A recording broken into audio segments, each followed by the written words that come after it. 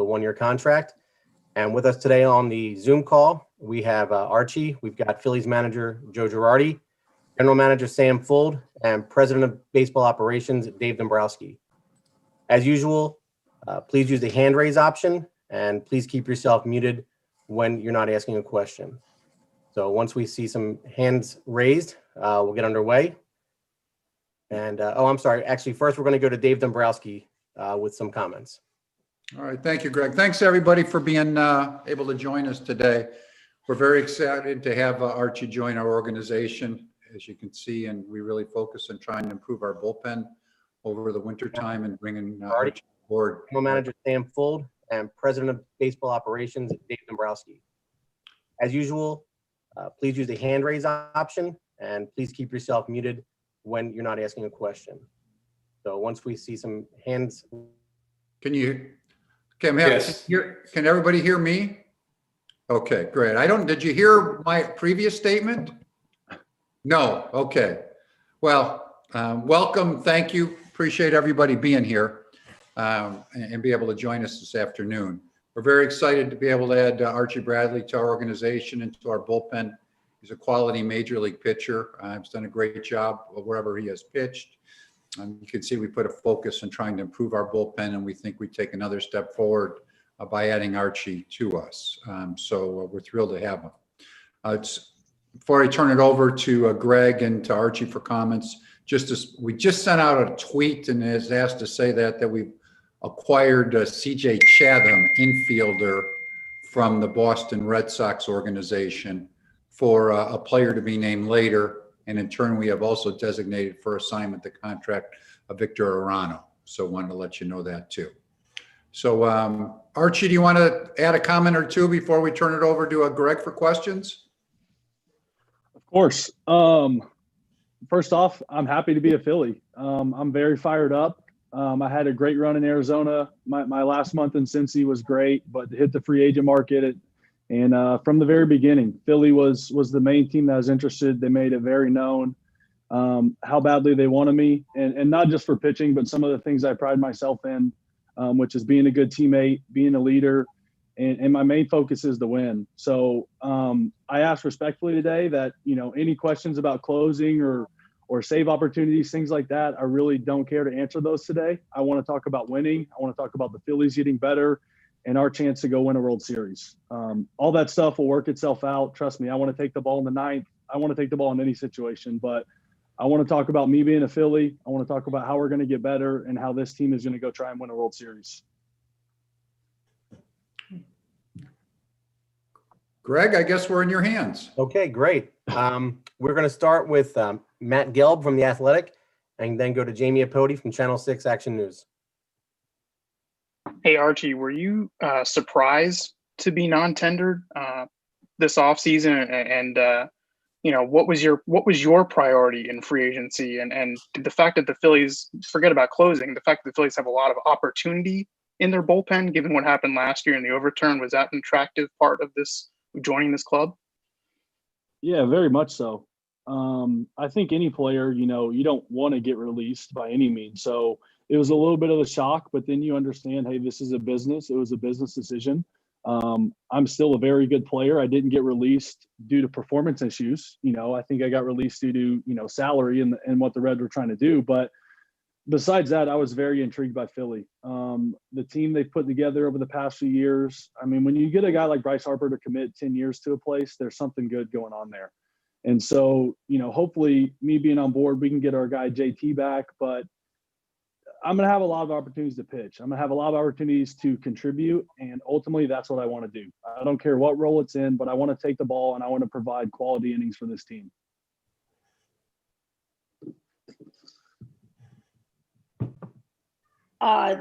This is Jamie. Hey, Joe, you're on there, right? Yeah, I see you. Yes, I am. I guess my question is more big picture, but talking about spring training and heading to spring training with the COVID situation, it's crazy to think that it's been almost a full year. And here we are kind of back in the same situation that we were last year, even though last year you guys were in clear water before this all hit. So how are you guys looking into sending the whole organization to Florida?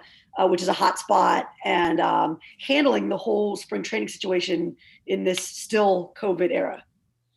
I think one of the advantages that we have, Jamie, is we've been through this, and we've been through how you get through a season, how you get through a spring training, the things that you need to do to keep players safe.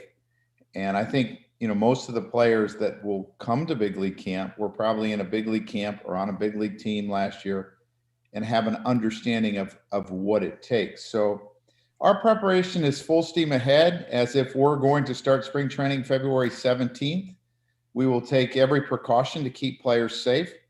We will rely on the experts wherever we are in Major League Baseball to tell us what we need to do, and we'll handle it. I think that what we found is how much players really wanted to play last year and what they were willing to do to get a season in. And I'm sure it's the same this year. They just want to play. All right, next up, we will go to Scott Lauber from the Inquirer and Rob Maddie from the Associated Press.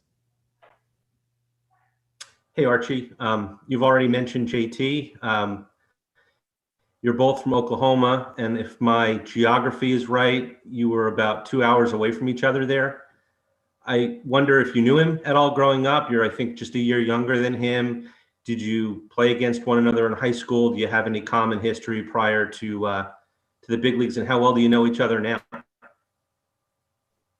I would say we know each other well. We haven't spent a lot of physical time together, but us Oklahoma kids, we take a lot of pride of holding that Oklahoma background and home state. And so I would say I know him very well. Obviously, unbelievable big leaguer. I've played with a lot of guys that have played with him that have done nothing but speak so high of what JT brings to the table, not only on the field, but off the field. I mean, you think, I go back to when he became a free agent, looking at all the posts from his old teammates with the Phillies, and it just speaks volumes about the kind of guy he is. And great dude, and I hope he's a Philly, man. I hope I get to throw to him this year. This question is for Dave. Dave, when Archie puts that out there about JT and makes it known his feelings, and other players have made their feelings known, do you feel any extra pressure to get this done? Obviously, you guys want to bring JT back, but do you feel any pressure when you hear players from Archie to Bryce to others saying how badly they want JT back in Philly? No, I don't really feel any extra pressure by those comments. I mean, I think everybody knows that you'd like to bring them back. That's not a secret. So, no, I don't feel any extra pressure in that regard. We want to do everything we can to make our club better, and you do what you possibly can. And I think we've expressed our desires in doing so. So we'll do our best in that regard, but I don't really feel any extra pressure, and I don't blame them. We feel the same way as they do. So we're all on the same page. Can you give us an update on where things stand? There was a report over the weekend that you've made a significant offer, 5-year range, 100 million plus. Can you tell us where it stands right now with JT? Well, we have talked to him, and no, I really don't get into negotiations publicly. It's really something I've stayed away throughout my career. I don't really see much advantage in doing that, but we do have interest, and we'll continue to try to speak with him. All right, next up, we'll go to Todd Zalecki from MLB.com and then Mega Montemuro from The Athletic. Hey, Dave, I got two questions for you. First one is, obviously you still need a catcher and a shortstop, but where do you think things stand right now with the bullpen after getting Archie and Jose and, a couple other more minor moves you made? Well, I think we've improved ourselves, but we can continue to work on improving ourselves too. I think we're open-minded to future additions as we continue to talk in this free agent market. So we'll continue to work on it, but I do think we significantly have improved ourselves. And then this is unrelated to the topic today, but what's Odubel Herrera's status right now? Do you see him as competing for a big league job this spring? Well, we're still in a position where we're discussing that internally. So I know he has done a lot himself as far as addressing the situation that took place and counseling, but it's something that we still have to continue to talk through from an internal perspective. Thanks, Dave. Hey, Hey, Archie. For pitchers across the league last year with the shortened season, guys didn't get to throw as many innings as they normally did. And, you have a track record of being a guy that can throw, 70 plus innings out of the bullpen. So I was wondering, how have you been preparing for the upcoming season? And, how do you view that challenge of going from, 18-ish innings this past year to trying to be a guy that can be used a lot out of the bullpen? Well, thank you. I take a lot of pride in my consistency. That's one of my favorite things about what I've been able to do so far in my career. But that's another reason why I wanted to sign here. When I did my conference call with Joe and Caleb, the pitching coach, they were huge on their usage of the pen and how they were going to take care of us and how they were going to make sure, with the questions you just asked, take care of us in a longer year this year. Like you said, I think I threw 19 innings last year. I mean, comparatively speaking, like you said, I normally throw in the 70 range. So I think it's going to be a challenge for everyone. Guys are very much so going to be tested on their conditioning this offseason, their level of preparation. And I would say I've tried to take this as normal as I would a normal offseason. I haven't tried to do anything extra or prepare anymore. I would say I have a really good routine for where I need to be going into spring, and I'm right on pace to be where I need to be right now. Thanks. And Dave, with bringing Archie in and looking ahead at other moves, do you guys have like a solid budget now frame to work with, like in terms of where player payroll will be for 2021? Have you guys been able to finalize that? And if so, what range are you guys looking at? Well, I have discussed it with John, and of course he discusses it with other individuals. I've got a pulse of that, yes. I don't think I would publicly say what it is. I don't think there's any advantages to that either, but we do have some ability to make some moves.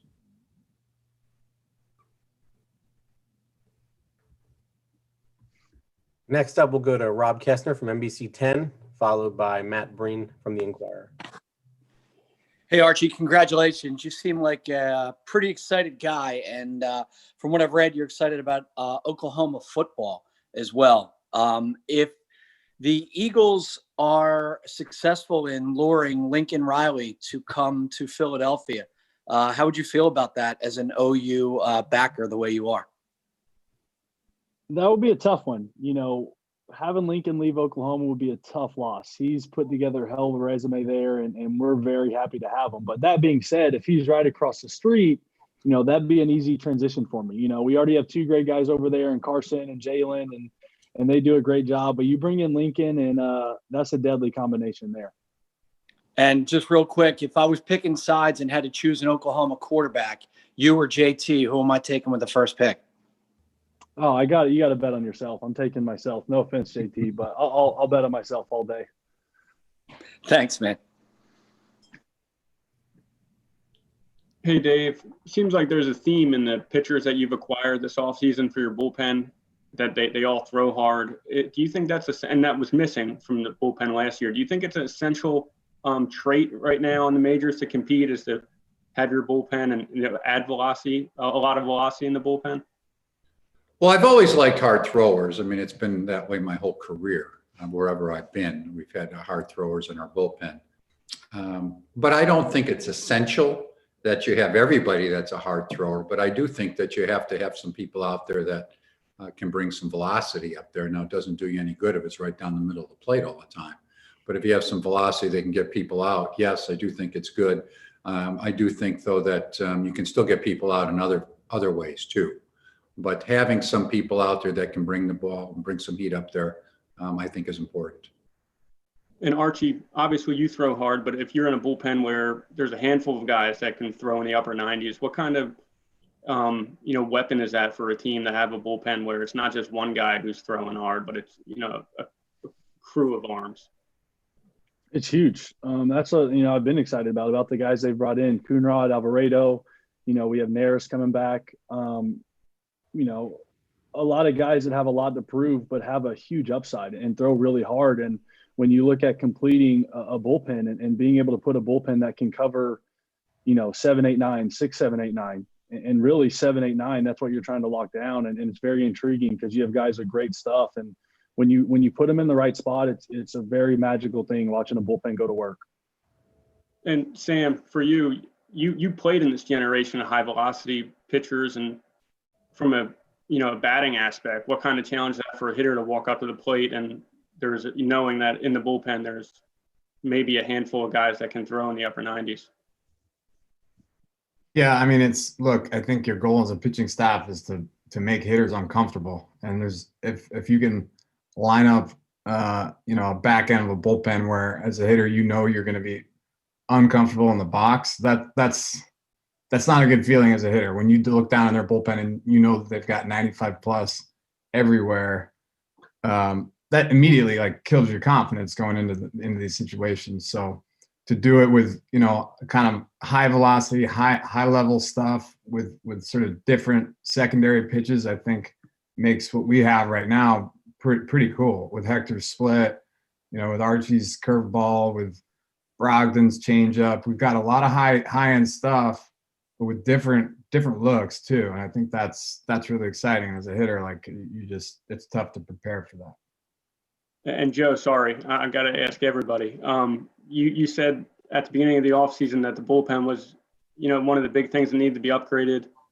Now it's been, I think, five new arms out there. How much more confidence do you have going into spring training about the unit you have this year compared to what you had to pick from last year? Well, first of all, I take a little exception because, it wasn't that long ago that I played that I didn't see any velocity. You went right to Sam. So not that old, Matt. But I thought they threw in the 70s back then. Yeah, I had to face the boys. I don't know if you remember who they are if you're too young, but those guys threw pretty hard. But I'm excited because of the velocity that we've added, the opportunities for these guys to be put in good positions, the different looks that they give, change-ups, curveballs. You got a hard lefty in Alvarado, and I'm really excited about what we've done to our bullpen. And moving forward, I think this is going to be a really successful group. Thanks, Joe. Yes. And I'll find one other guy that threw 95 plus. Doc Gooden when I played. We're going to go to Bob Rookover from the Inquirer, and then Jim Salisbury from NBC Sports. This is for Dave and Joe and Sam. How much have you guys discussed a plan B to if JT doesn't come back? And is there really a plan B that comes close to the quality that JT gives you at that position? Well, we have plan Bs and plan Cs. I mean, so we have them lined up. So I think there's very few catchers that supply what behind the plate what JT does. So I wouldn't say that anybody's in that same necessarily category, but we've discussed different alternatives, and we hope we don't have to go to those. But I think throughout your career, one thing you learn heading into a winter time in particular, that you need to be flexible and adjust from one thing to another depending upon what takes place. So we have different plans. We have different ranking of players and who may be available and who may not, and who's available from trades, who's still out there from free agencies. So we're prepared for something we hope doesn't happen. Can there be a plan B where you strengthen yourself at another position, especially offensively, because JT is a rare breed in what he brings offensively as a catcher, and you maybe are weaker offensively at catcher, but you feel like you're okay defensively there? Sure, that's a possibility. Did he answer it well enough, Bob, or do I have to give a plan D too? I mean, well, you can answer how uncomfortable would it be for you if you didn't have JT back? Well, I mean, obviously everyone knows the great player that JT is, and there are very few JTs out there. But I mean, as Dave talked about, we've had discussions of other ways to put the team together if it doesn't come to fruition. And I'm confident that we'll figure it out. Thanks, Joe. I saw you face some of those high velocity guys. See, yeah, that wasn't born. Only thing I would add is if Joe's making these claims about facing high velocity, he might be working his way into playing like S or T or U if it gets to that. So I don't think we're going to get to that point, but I know he can still strap him on a little bit.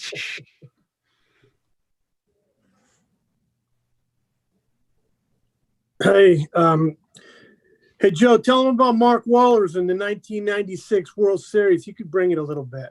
Yeah, see, yeah, he was there. I forgot that name. Yeah.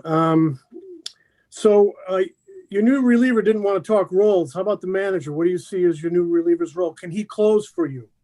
You know, that was one of the things that I think that all of us were so excited about when we talked to Archie. I mean, what he told you today is what he told me, I don't know, maybe 3 weeks ago. I just want to pitch. I don't care when I pitch. It doesn't matter to me. So I think yes, he definitely has the ability to close. I think it'll just iron itself out in spring training. And we'll just let it iron itself out in spring training. I don't think you necessarily have to do anything right now. But he definitely has the ability to close. Hey, Dave, did you meet with Archie in Oklahoma? I did not. And Archie, when you made the transition to the bullpen in 17, I mean, things just seemed to take off for you. What is it about the bullpen that seemed to agree with you? Is it just the physical way you approached pitching out there? Or was it something maybe mentally, internally that really resonated with you and your personality?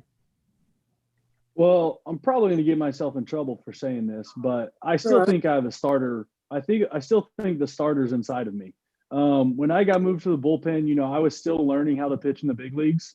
And I always wish I would have got a chance to start again after transitioning to the bullpen. The bullpen taught me so much on just day-to-day preparedness, how to work, how to get ready quick, and how a lot of those long routines that you have as a starter can kind of get in your way sometimes. And at the end of the day, you pick up the ball and you throw it. And it really got me down to the basics of what being a big league pitcher was. It taught me how to get guys out, how to work in big situations. And ultimately, it made me the pitcher I am today. But I would say just, you know, I was still learning how to be a big leaguer. And in that second, third year and fourth year in the pen, I learned how to be a big leaguer. And if I could just ask Joe and Dave real quick, you know, Dave, when you first came on and even previous to that, earlier in the off season, it was kind of the description transition year was thrown around a little bit, but now you have Archie Bradley. You might continue to tinker with the pitching staff. And I mean, it just seems like all roads for JT lead back here and maybe DD comes back here. Could this end up, you know, mindset wise being more than a transition year for you as you come into spring training? Well, the way I would describe it is, I mean, I've heard that term. I understand it, but the way I look, there's just too many good players on the Philadelphia Phillies baseball team to be thinking about transitioning.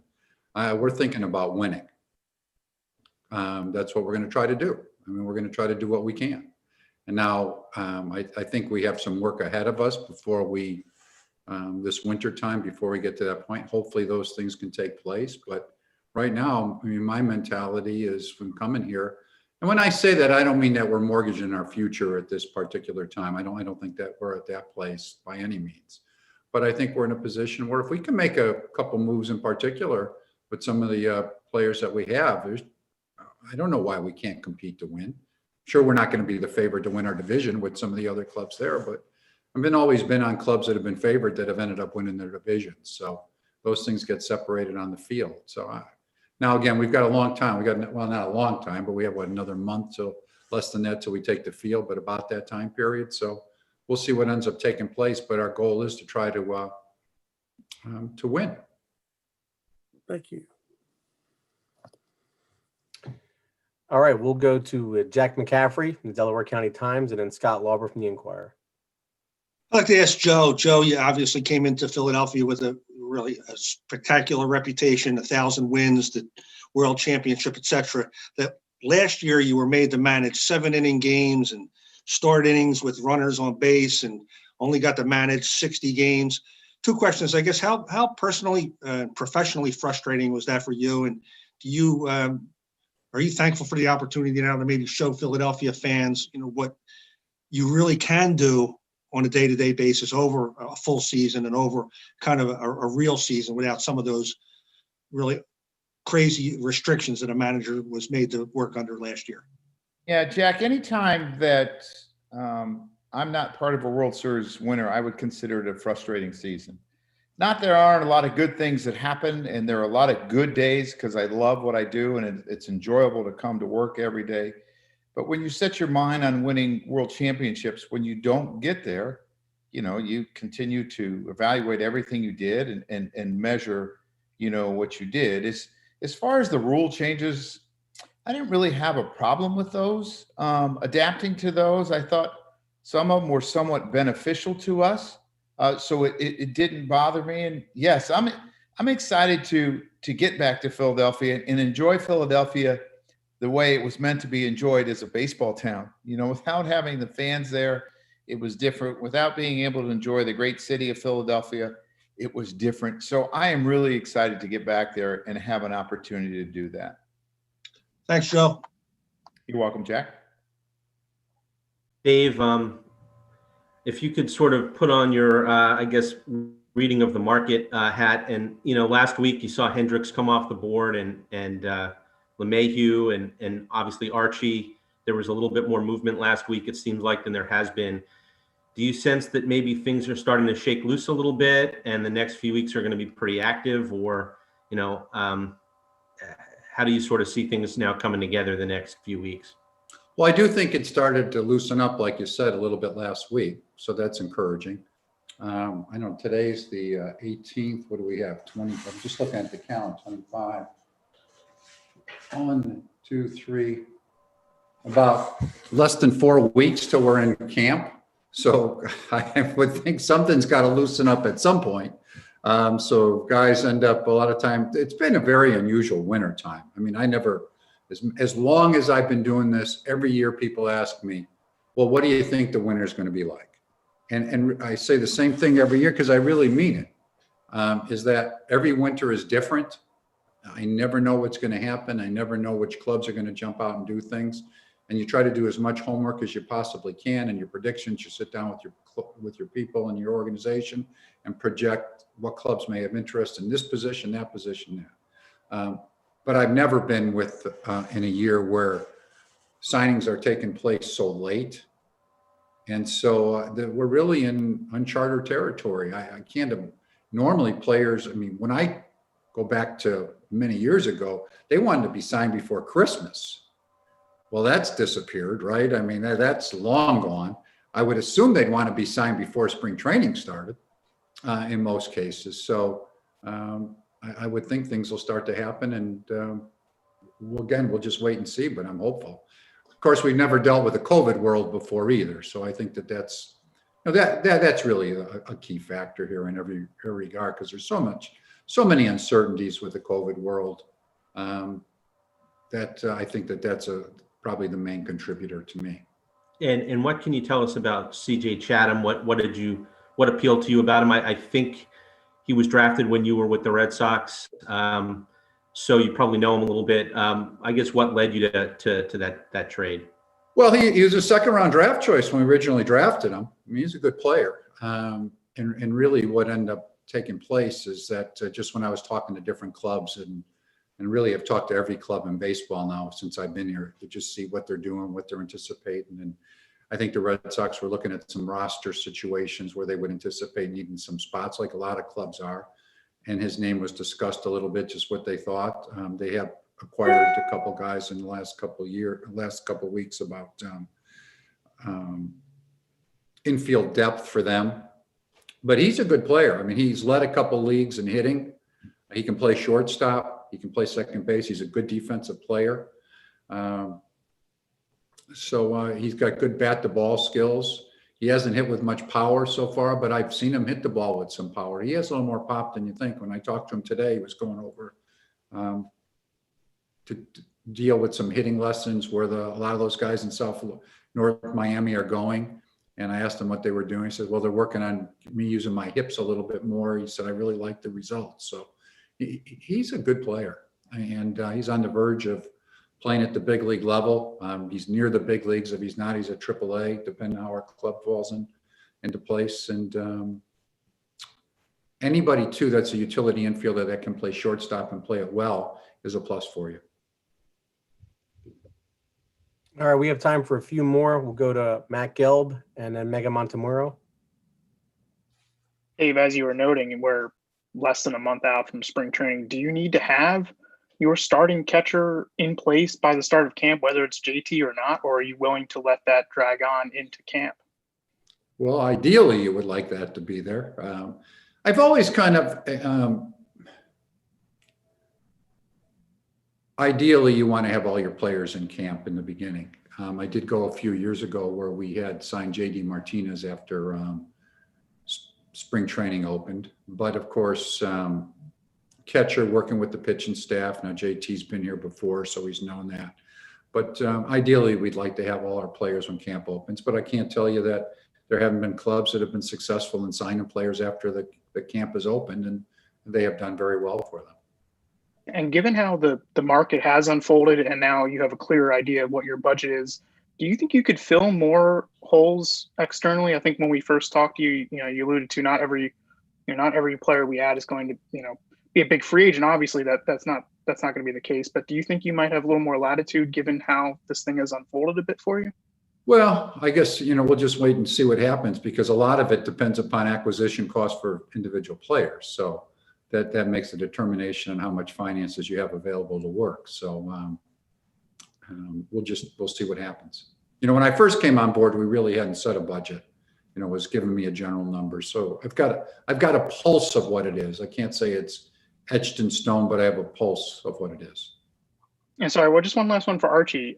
Your velocity was down a little bit last year. Do you attribute that to just like the weirdness of, like baseball and COVID, or was there something you could point to after the season mechanically? I think always, kind of like Joe said, you're always reevaluating and assessing your game and trying to improve. And I had a little drop in velo, but I really didn't notice a ton of drop in success. I'm still able to compete. My changeup's been a huge addition to me, and I truly believe full season it should be ticked back up and ready to go. Thank you. Hey, Joe.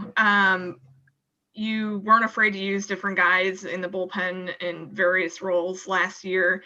Do you like that approach for this season as well? I know there's potentially the opportunity to add more to it. But with guys coming off that shortened season, is flexibility in the bullpen more important than before in maintaining player health, or how do you tackle that balance of, some guys being really comfortable in one type of role versus health of the bullpen in general, requiring flexibility? Megan, I think coming into this year, flexibility is extremely important just because of what we went through last year. And we're not sure exactly, when we start, how we start, if players are going to be vaccinated. We just don't know, right? But in the perfect world, I'd like to set up roles so everyone kind of knows what their role is. I think it's easier for players to be successful. I think it's easier for players to prepare. Now, there might be a day that you go to a guy and say, look, if this situation comes up and these three guys are, coming up in the 8th instead of the 9th, it might be a day that I might use you in the 8th. But you'd like to kind of establish roles if we could. Thanks. All right, we'll finish up with two final questions. We'll go to Michael Barkan and then Todd Zalecki. But hi, everybody. How are you? Perfect world, Michael Barkan, NBC Sports Philadelphia. Just you mentioned COVID and COVID world, and David, you had said less than 4 weeks until we're in camp. If the COVID situation remains the same, there will be camp on the scheduled date. And what what different approaches, if any, is baseball taking going into camp? Kind of establish roles if we could. Well, right now we're full speed ahead, planning on a workout on February 17th. So that's the same right now. So now I guess you're always flexible, but we've been given no indication that won't be the case. So that's what our plans are. And like last year, I guess if things happen, you have to adjust from there. But we're planning then and normal season starts. So that's the approach that we're taking. Dave, Sam, there's been a lot of talk, bullpen, catcher, shortstop, obviously, but what about, do you guys need to add another starter, or do you want to add another starter, or are you guys okay with the depth that you have? Well, I think ideally we'd like to add some depth somewhere. Sometimes they're non-roster invitees that can come in and pitch, but I think that where we are. We have some young arms that we really like. I'm not sure how close they are to just contributing right now. And you can grow over the last year, maybe step up. But I mean, I think from an ideal perspective, it's something we're at least looking to see if we can find. Thanks. All right, actually, we're going to take one last one. We're going to go to Jamie Apodi for our final question. Hey, Archie, this is outside the box here, but I've been dying to ask you, what is on your sweater? Oh man, we got a little Ric Flair action. I really am, man. I think anytime a team wants you and is willing to offer you a contract, you don't take that for granted. And so I'm fired up to be a Philly today. I'm glad it's official. I'm glad I got to talk to you guys, see all my future media people, my GM, all these guys. I'm ecstatic to be a Philly. I'm ecstatic to go in and try to do cool things and special things for this city, this town, and this whole organization. You picked that for the occasion then. Perfect. That's a great way to end it. Thanks, everybody, for joining us today. Thanks, Archie. Thanks to Sam and Joe and Dave. And hopefully we'll see everybody soon. Thank you. Thanks for joining us. Have a good day. Take care. Bye-bye.